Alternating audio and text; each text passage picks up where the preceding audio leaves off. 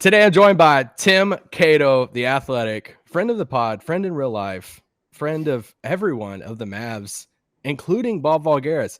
But today we're going to talk about the Mavs preseason, training camp, everything. Get all of Tim's insight and knowledge coming up next. Doncic, and this is Locked On Mavericks podcast. The Dallas Mavericks are NBA champions. Bang! Bang! It's good! And the Mavericks have won the game! If you don't believe, you shouldn't be here.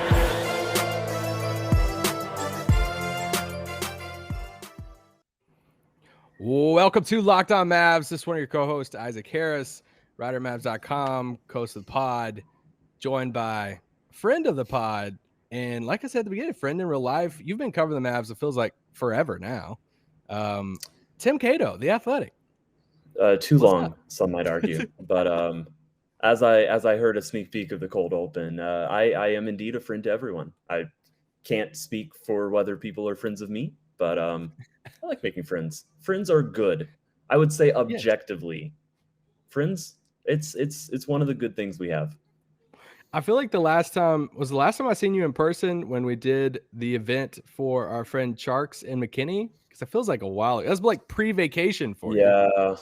Yeah, that sounds right. I think that's probably the last time. Because now at Mavs games, we've talked a little bit on the spot. It's kind of weird. There's kind of two groups of media. There's tier 1, tier 2. Tim's is in tier 1, which is this like elite class of 10, 12 people somewhere through there. And I don't even know actually the number, honestly.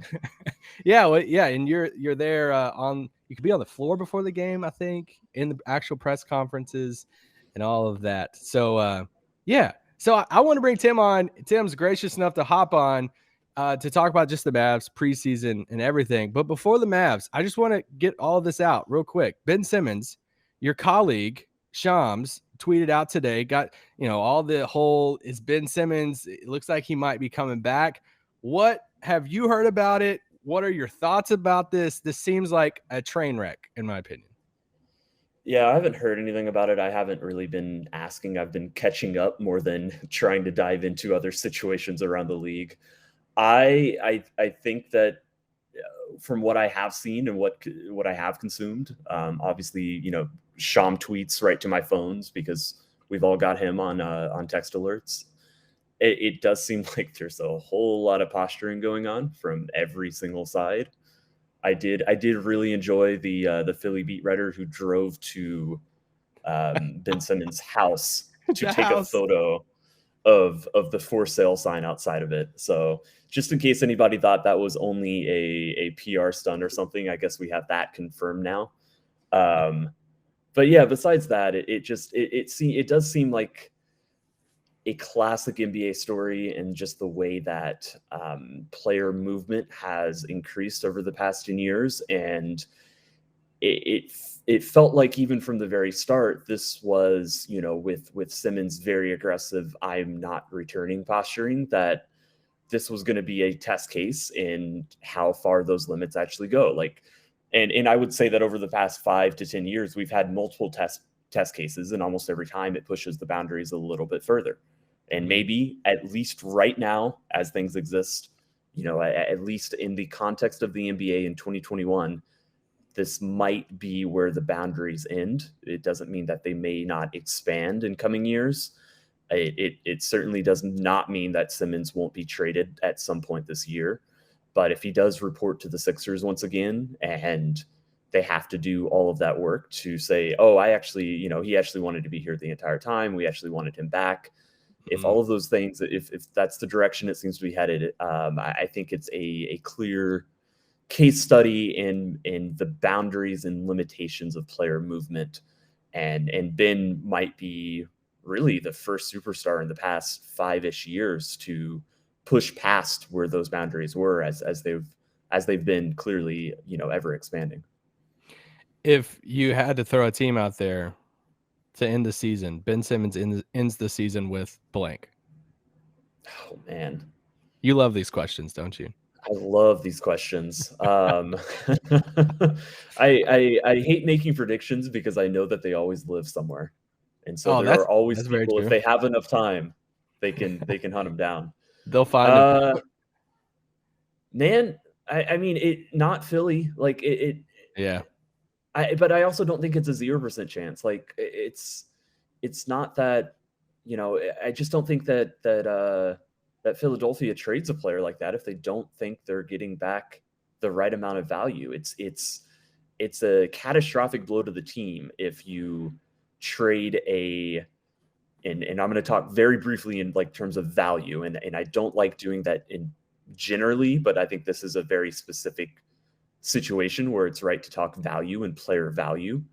If you lose a player of that level and the value that he has when you signed him to the max contract, and you lose him well under that value, it's a huge step back. And it's the same idea why if a tanking team doesn't like a certain draft class, they will just trade their pick. They will trade down. There's no point wasting the value of a first round or a very high first round pick if you're not convinced that when you actually cash in that value, that the prospect that you're going to get back is going to live up to whatever future value first round picks can hold and will continue to hold, because they always kind of exist in a purgatory until you actually use them to pick a player. And I think the similar value proposition exists for Simmons in Philadelphia, and I don't think that they're very incentivized to trade him for anything less than what they feel is correct and appropriate for their team moving forward.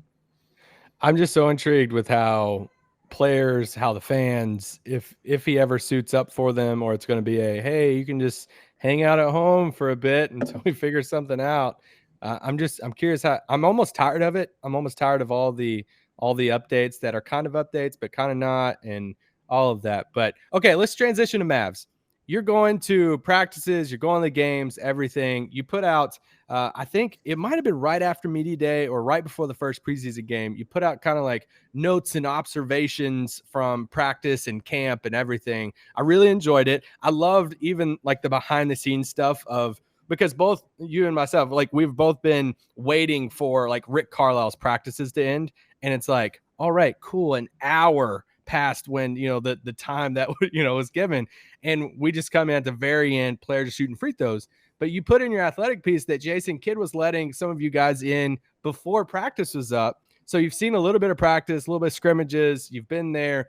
What are some like takeaways? Go read Tim's piece from that. I think it was last week, 2 weeks ago, maybe. But last week, what are some takeaways you've gotten from being there in camp in person? Yeah, and I'm definitely guilty of maybe even sometimes being desensitized to how many people would love the, kind of an inside peek to practice. I try to see, when Carlisle was coach and we were getting into practices at the very end, that became very like bland because it's the same thing you're seeing every time. And when something interesting did happen, I try to relay it. But in the context of that, getting into practice even 5 minutes earlier, even if you're not, look, we're not learning, the media members that are invited in just shortly before the time period where we would have been invited in under Carlisle. We're not fundamentally learning anything different, but it did kind of jar that desensitization, whatever it is. It's one of those words with a lot of syllables that you got to fit in there. Yeah. But it was interesting to, just see a little bit more of practice and see a little bit more of behind the scenes that we're not used to. And it was notable for me for that sense.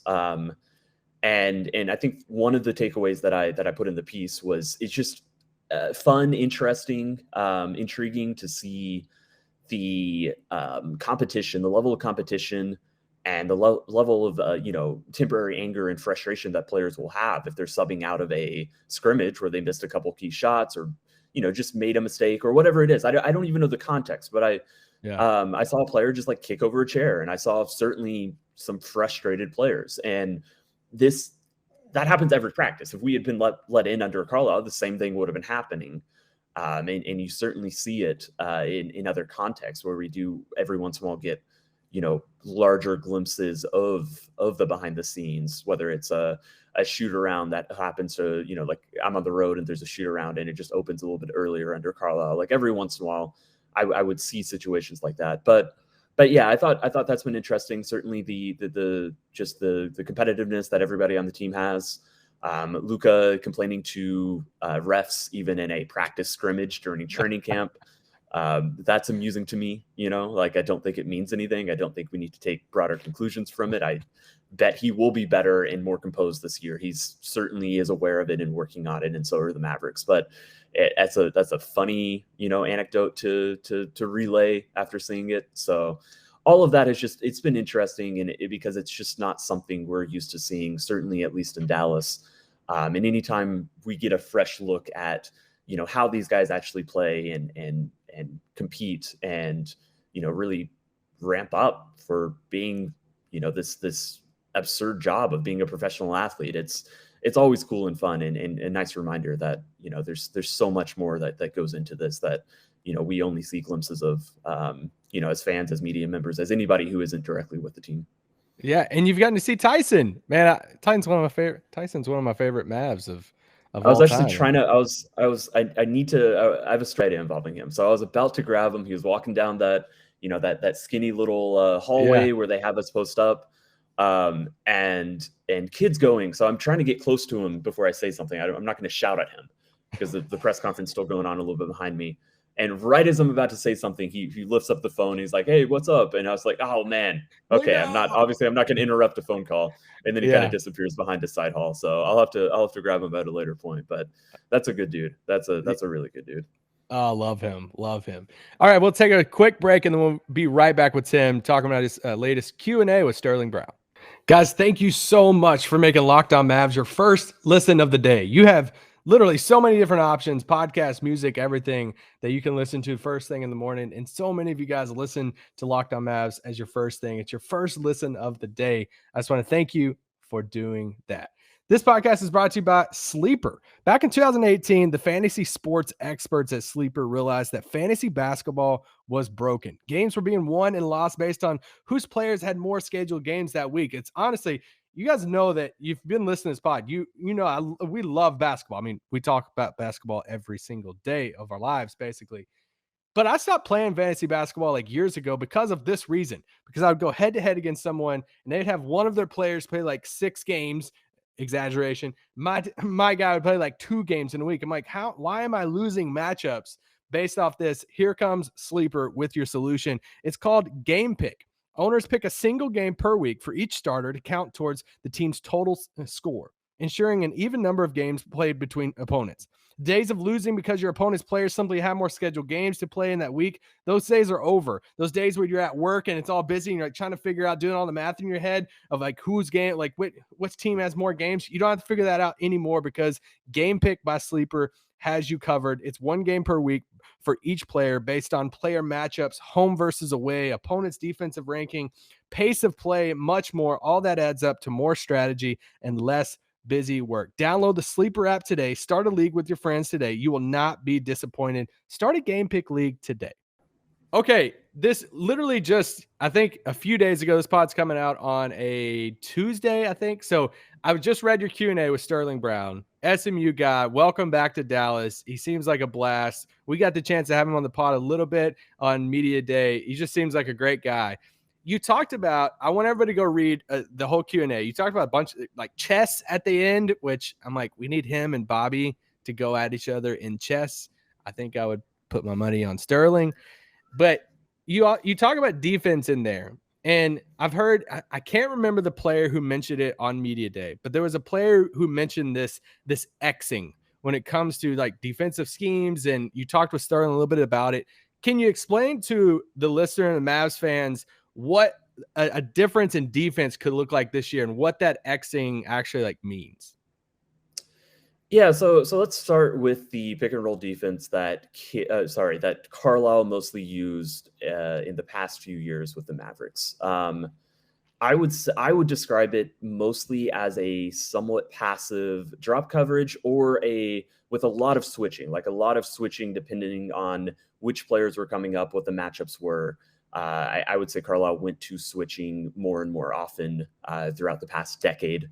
And obviously it's impossible to sum up a single, his defensive identity over a decade in a single thing. But I would say over the past 5 years, those have more or less been the main defensive schemes. You would see some high trapping mixed in there, but it was always like 1 out of 15 possessions, we're going to try and see if we can disrupt people. And so that all has, I think even though switching feels aggressive, like, okay, we're going to, be so proactive with our defense that we're going to put our guard on the center. That's how much we don't want to get caught 2 players guarding 1 player in a wide open guy rolling to the rim. I think in a lot of ways switching is very passive, and it's basically saying, I'm not even going to try to fight through a screen. I'm not even going to try to stay connected to the hip of my defender as I'm wheeling around an off-ball screen on the weak side of the floor. It is fairly passive. Now, there's a lot of value to it, of course, and every team in the NBA switches frequently and often, and they have certain scenarios and instances where they know that's the plan, and that's they have triggers that automatically lead to switches. But I think we're going to see a lot more, or at least a decent amount more of Mavericks fighting over picks.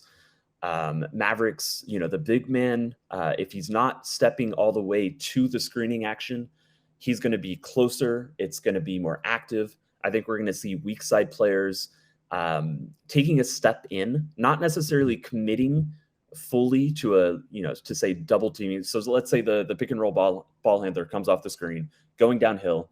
You're going to see a weak side guy, or I guess in that instance, that's going to be the strong side guy. And he's going to take a big step towards the player and then recover.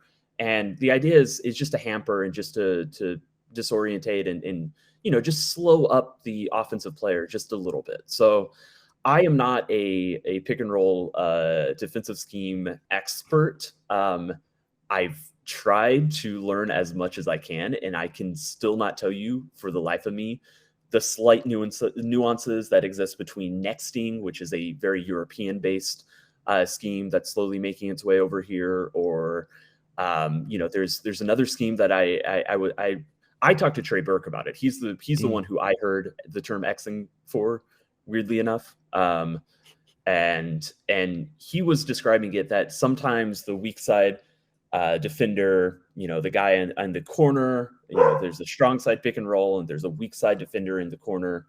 That person will come up and tag the roll man, which is basically just put a forearm into them, body them, make sure that pass isn't open as the main players in the pick and roll are recovering. But what he's saying is that sometimes the big man in the main pick and roll action will actually sprint out to the corner, and the weak side tagger will stick to the roll man. So hopefully I explained all of that in somewhat legible terms. But I think we're going to see a mix of quite a few things like that. We've always known that kid is, I would say what he's most known for strategically is aggressive defending. Is that fair? Like that's what what he was known for in Milwaukee, right?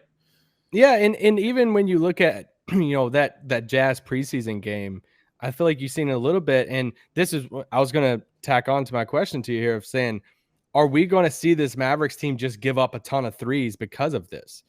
That there was a point in that Jazz game that, Jazz had 20 3-point attempts and, Dallas, I think, had 4, or it was like 18-4, something like that. Will this new scheme basically mean, hey, we're just going to dare you some games, depending on the matchup, to just take some threes because we're going to be recovering so fast and our bigs are going to be trying to get out there? I get that Moses Brown started that game. He's not the quickest as far as closing out, but is that what we could see Dallas this year defensively, just accepting that, hey, we're probably going to give up a lot of threes? Yeah, I think that's a fair concern, or maybe not even concern. It's let's keep an eye on this. Like that, let's look at what type of shots are being given up. And when I say type, I don't even mean like the quality or the openness. Are they giving up threes? Or are they giving up shots at the rim? Are they successful in pushing the shots of opponents? Is it mostly going to be the ball handler, or is a lot of the time it's going to be the roll man creating something? Are they going to be giving up shots more out of pick and roll? Are they going to be giving up spot up shots? One danger is that if you're defending more aggressively and you have defenders stepping to and then recovering in effort to slow down the main action, the main pick and roll on the court, If you step and don't quite get back in time, like a quick shooter, a good shooter with a quick release, they're going to be able to get that shot off in the time that somebody stepped and tried to recover. Like the ball always moves faster than a man can. That's the old basketball adage. So I think that is probably one of the more pertinent things to watch defensively. And then just more generally, that as we see Jason's more aggressive schemes, at least somewhat more aggressive, I think that's where we're going to see his influence as a head coach way more than on the offensive end, which even if he has some different ideas, some side out of bounds and things like that, I think that Luka knows that, he knows how he wants to play and he knows how this offense can be successful. And, Kidd's influence, I don't think is as significant as Luka's on what the Mavs offense is going to look like, quite frankly. And so where I'm really looking at Kidd and what, how the Mavericks play differently under him is going to be defensively. Yeah, and I want to see exactly how far are they going to lean into the KP stuff, as far as where, you ask, I think it was right after the very first game, possibly first game, maybe the second game, where you were one of the first people who asked, like, hey, basically how committed are you of getting Porzingis those touches in the post? And it felt like they were so adamant of getting him those touches. And question for you is, how are you confident in any lane for Porzingis this season? Because yesterday we did this whole buying stock / shares into certain Mavericks and who we think is going to overperform, whatever. KP was a stay away for me because I'm not so confident in what direction he will go offensively. How will he move? I feel like he's moving a lot better these first few games of the preseason, but are you confident in how you feel that KP will play this year?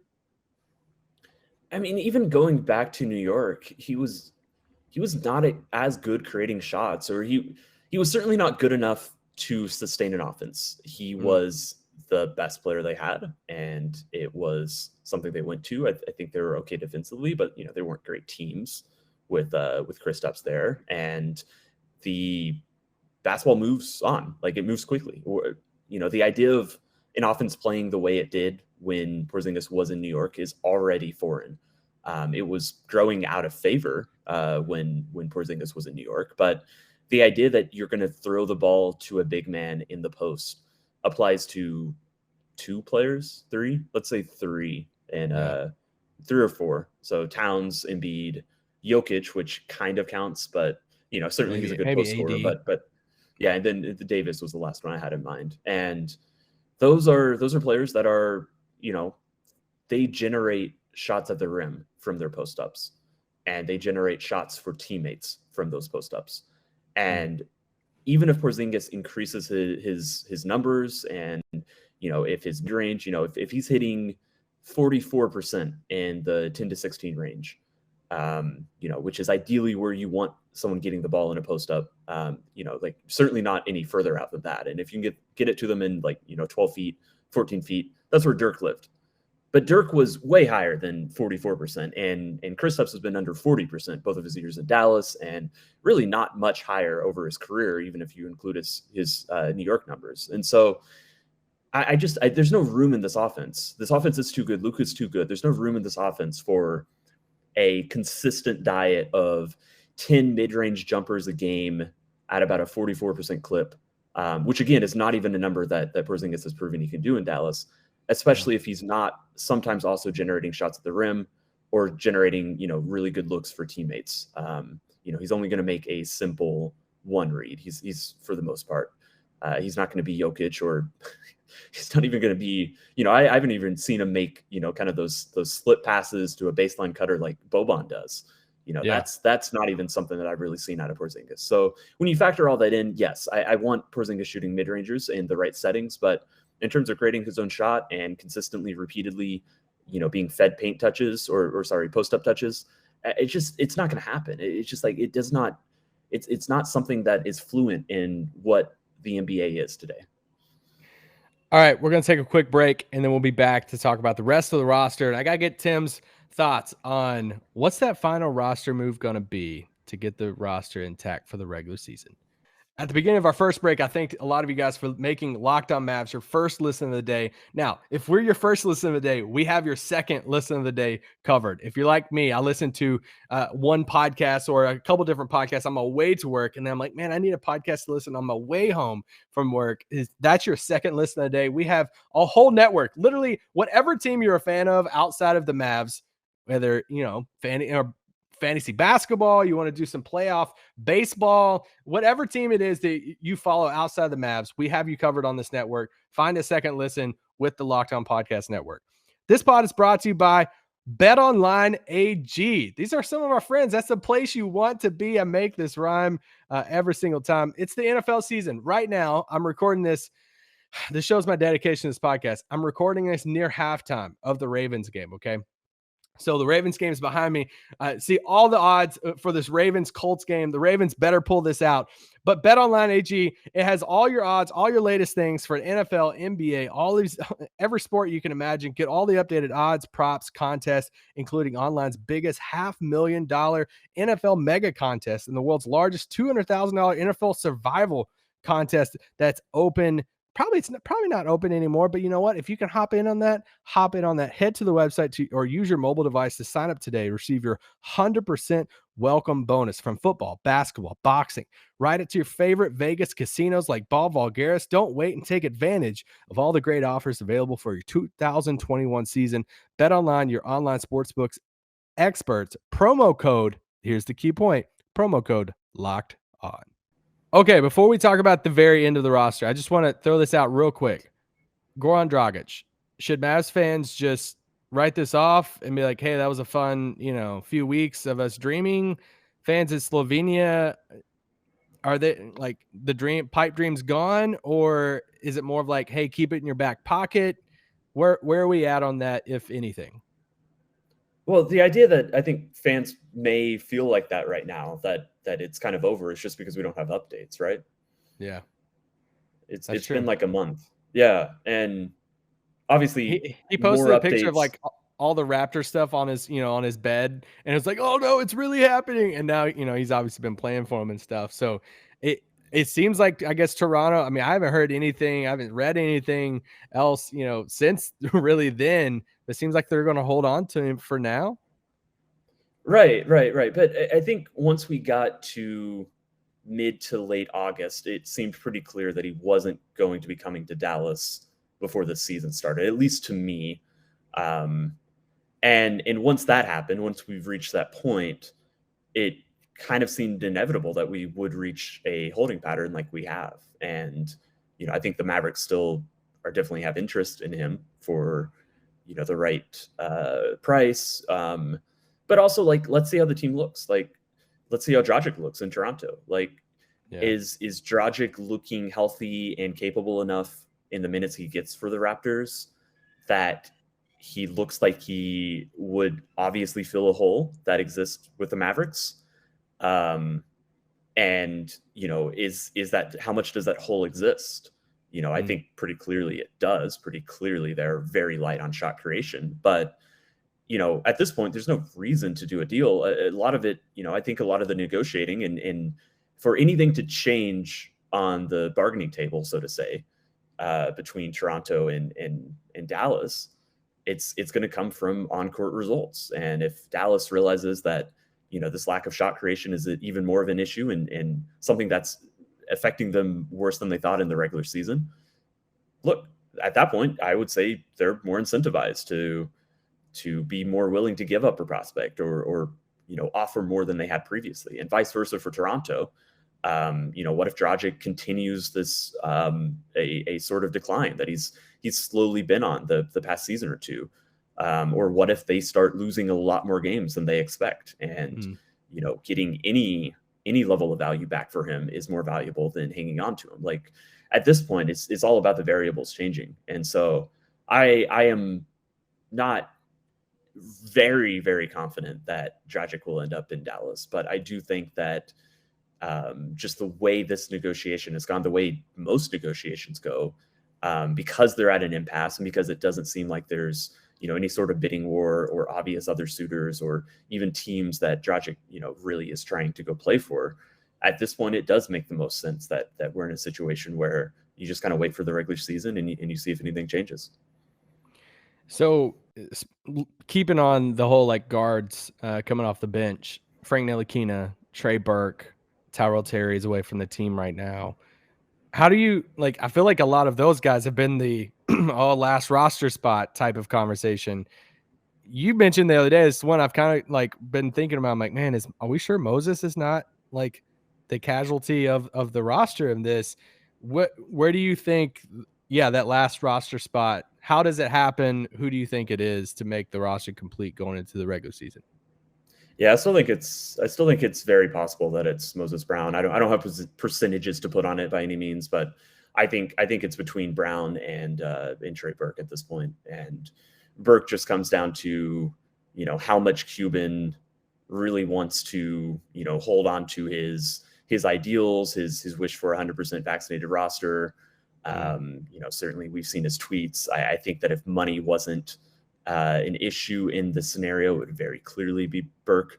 I think you and me probably both agree he is by far the most expendable player on the Mavericks in terms of, they just have players like him. They don't need a player like him because they have people who can do that. But I mean, I guess on the flip side that, if he's even slightly better this season, they're missing his shot creation. And so, Burke theoretically can provide that, although really didn't for pretty much all of last season. But it's, I think that there is a bit of value having him on the roster, but I don't know that I don't know that there's really a role for him. Do you think Ntilikina is a lock though? Because I'm here. I have a little tent on Ntilikina Island right now. It's hard to believe that they would give him guaranteed money and then cut him, but not. I don't know. I think that it's possible. I mean, he's had a weird past couple of weeks, right? Yeah. Well, I didn't know he was gone for visa stuff until I saw your. I don't. Okay, explain this for people inside the Athletic app. It's not your tweets, but it's like updates from you inside the app, right? Yeah, we call it short form, and okay, because I'll go to that to get updates from you, but it's not on your Twitter feed either, and it was inside the app of your updates that you're like, hey, he was gone, and I didn't know that that's why he was gone. I just thought he was just gone for whatever reason. So I guess he was gone for visa. Yeah.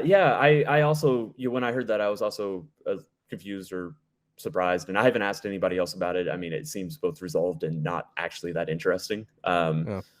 Although I guess I'm right here saying that I'm kind of interested in hearing the whole story on it. So maybe I should ask her. But yeah, I mean, he was away from the team, so he's only kind of recently joined and is available, and should be playing in more games now, and practicing and all of the above. And when you factor all of that in, was his chance to make the roster was the only way that you're going to get him to sign without being guaranteed to make the roster was with some guaranteed money that you were basically, gifting to him. We've actually seen the Mavericks do something like that a couple of times before, where they sign people to guaranteed money, even with the understanding that they're eventually going to waive them. But that was more for G League situation. Players that they really wanted on their G League roster, where they gave them basically just a nice little bonus of guaranteed money to come sign with their training camp, because if you get cut as a training camp player, that franchise's G League team has first rights to you. I don't think that's the situation whatsoever. The indications I've seen is that Ntilikina will make the roster. I think that I would be supportive of that. It seems like he offers something a bit different deep on the bench, even if he's not in the rotation on an everyday basis. And I would be very surprised if he was. But I guess you've talked me into it, or kind of we've both talked myself into it as I've kind of walked through this. I do think it's still possible that it's Frank, but I would have to guess it's Trey if you made me guess between those three, followed by Moses as the next most likely option, and Frank as a third. And speaking of Trey, we've seen different reports about them entertaining the trade market because he is due $3-4 million. And we'll just end it on this. You probably, I haven't seen you write anything, report on this, but do you have any other Mavs open-ended question? Mavs bigger storylines, trade rumors, anything you want to throw out there about the Mavs that you've heard around the league or anything. It could be, hey, they're looking at Trey Burke stuff around the league, whatever it is. Yeah, I mean, just thinking about like some of the trade rumors going around, like, you know, with Burke being rumored, I think it's pretty obvious that they're going to swap Burke with Simmons, and so that's Bill. That's the Ben Simmons destination. He's coming to Dallas. I'm trying to think. Not really off the top of my head, to be honest. You know, I think that in terms of storylines, like what am I focusing on right now? All of it is internal and in what it looks like on the court, and that's specifically what Kidd's defense looks like, what Porzingis looks like. Really, mostly with his mobility, and you know, if he adds a little bit offensively or is a bit more efficient, you know, certainly that's a good thing from a Mavericks perspective. But I think those are my two core themes that I'm going through. I'll toss one more to you, and I know we're closing on this, but I wrote in the piece you referenced, you know, just kind of the training camp observations. I do think it's interesting that Dwight Powell was named the starter very early. And that at one point when Kidd was asked about it, he talked about going to the, man, I forget the word, committee, like essentially. The council or committee. Yeah, something council, like that. Yeah, I forget the exact word. It might have been council. And the point is not that is by any means a bad thing. I think it's important for teams to have continuity. But as we think about the Mavericks and as we look at how dramatic, you know, they did revamp some major names and major figures in their team, I still think the Mavericks, you know, by and large, are going to make decisions pretty similarly to what they did in the past, whether that's on-court coaching or team building decisions or priorities, or even just the type of players they go after. As of now, pretty much the entire front office outside of Donnie is still intact. I think almost to a man. You know, I've seen a couple additions. I can't think of anybody who's left, and Cuban's still the owner. And so even though the coaching staff is pretty much completely different, player development coaches are still around in terms of God Shamgod and Dale Armstrong, but you know, the coaches that make the game plans and stuff, Kidd has had free reign to, you know, hire all the dudes that he wanted. Although I would be interested to see whether Igor was someone that Kidd latched onto or targeted, or whether that came from elsewhere. I think that would be a great question. I would love to know an answer to, and probably won't get an answer on. I was gonna say the real answer, or yeah, exactly. But yeah, the point I made in the story and I'm making here is that there is a lot of institutional knowledge within the Mavericks, and there are a lot of people who have influence on decisions who are still here on the team, who are still here impacting the decisions that are made. And I swear I am not weighing in one side or the other on whether that's good or bad. Yeah. I really don't mean it to sound like just like, but it's interesting. It's interesting. It's because interesting, when, you know, right? when the Bob stuff, you know, happened, or it became like public, you know, I thought it was very telling that I think Mark had told Brad that was Nico's decision, you know, and it was like hey, like he made that decision type of thing. And because that's one of the bigger questions we've all had this offseason with the whole shakeup of who's actually making the decisions. Is it a group of people? Is it, hey, Nico's running everything, but it's really Mark, or who is it? And just, I thought that nugget was very good, that you were very interesting that you put it in there of it wasn't just a Kidd decision on starting Powell. He went to this Knights at the round table type of thing, and they collectively decided on Dwight Powell. That's fascinating to me. To be a fly in the wall at that round table would be fun. It would be some word. It would certainly be an adjective. I don't know if I personally would describe it as fun. But will you ever be invited to that table? I don't think so. I don't think that's where my future's headed. But okay, it did. Okay, Tim, man, thank you so much for hopping on. Obviously, go listen to Tim on 77 Minutes in Heaven podcast at The Athletic. You're following him on Twitter if you're a Mavs fan. Read his Q&A with Sterling Brown, new Maverick.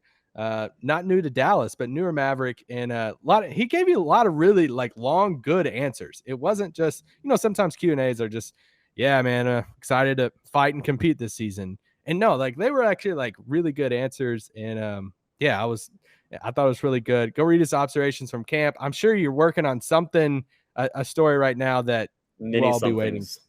Many somethings. He's back and at it. It's Tim Cato. All good fun stuff, I promise. So vibes are good. Vibes are good. Vibes are immaculate.